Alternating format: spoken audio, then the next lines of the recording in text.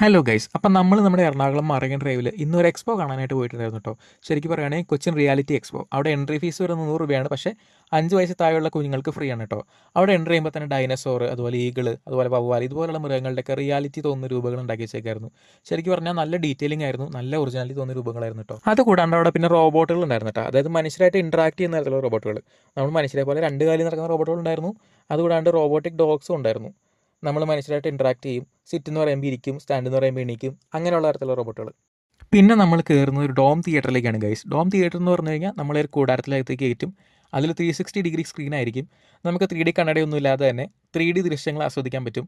അതെന്തായാലും കുട്ടികളൊക്കെ നല്ല രീതിക്ക് എൻജോയ് ചെയ്യേണ്ടായിരുന്നു. അതിനിടയ്ക്ക് ഞാൻ നോക്കിയപ്പോൾ ഒരാൾ വീഴുന്നുണ്ടായിരുന്നു ഇതിൻ്റെ റിയലിസ്റ്റിക് എഫക്റ്റ് കൊണ്ട്.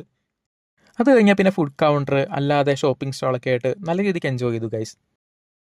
അപ്പോൾ ഇതുവരെ പോകാത്തവരുണ്ടെങ്കിൽ എത്രയും പെട്ടെന്ന് നോക്കൂ. ഈ മാസം അവസാനം വരെ ഉള്ളൂ. അപ്പോൾ അത്രേ ഉള്ളൂ ഗൈസ്. അടുത്ത വീഡിയോ കാണാം.